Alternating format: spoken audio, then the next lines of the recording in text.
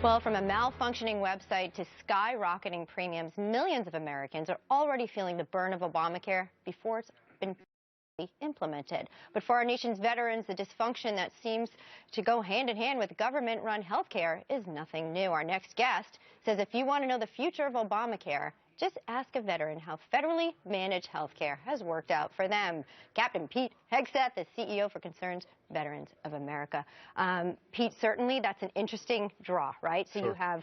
you have veterans who have been on a government-run program, and you're saying, look, if you want to know the future of Obamacare, look right there. No, that's right. Veterans have been experiencing it for years. Look at the implementation of Obamacare. How many people have been held accountable for that failure? None. No surprise to veterans, because how many people have been held accountable for the dysfunction in the Department of Veterans Affairs?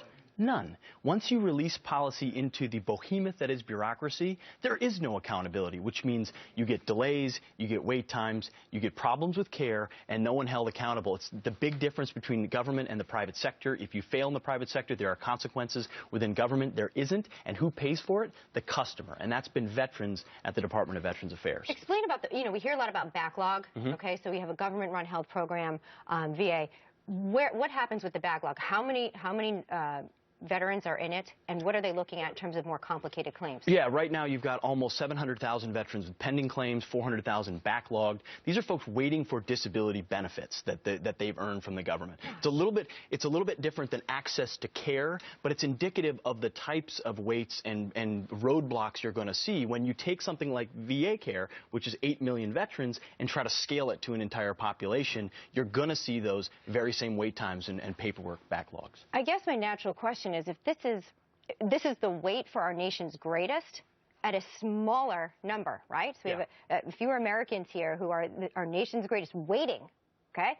What's going to happen to the average American when it goes into a federal system? No, that's exactly right. You've got 8 million veterans, you've got a country of over 300 million.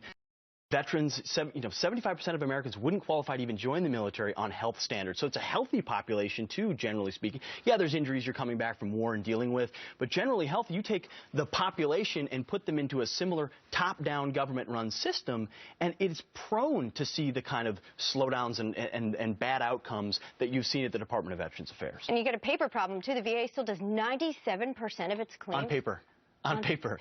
So we talk about a website for the government and Obamacare, and they can't even get that right after years of implementation. The Department of Veterans Affairs hasn't even figured out how to take a system of processing a claim and put it online.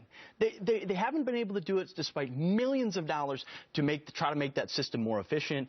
Still, veterans are submitting claims on paper oftentimes, which just slows down the process even more. Refresh everyone's memory about the Pittsburgh. Is it a Pittsburgh hospital?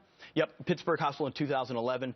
5 veterans were died of Legionnaire's disease, a waterborne disease that was totally preventable. 21 were sickened by it.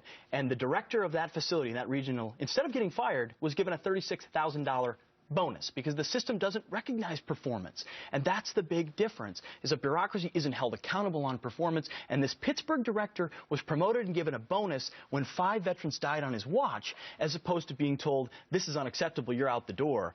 That is what unaccountable bureaucrats, how it looks when you actually see it face to face. So perhaps we'll be seeing Sebelius get a promotion then. Well, how can someone fail this abjectly, so horribly, and no consequences come because of it? It's because bureaucrats are insulated from that, and they don't feel the pain that veterans have felt. Americans are going to start to feel it, and that's why we're pounding the drum about what Obamacare is going to mean based on what veterans have already seen.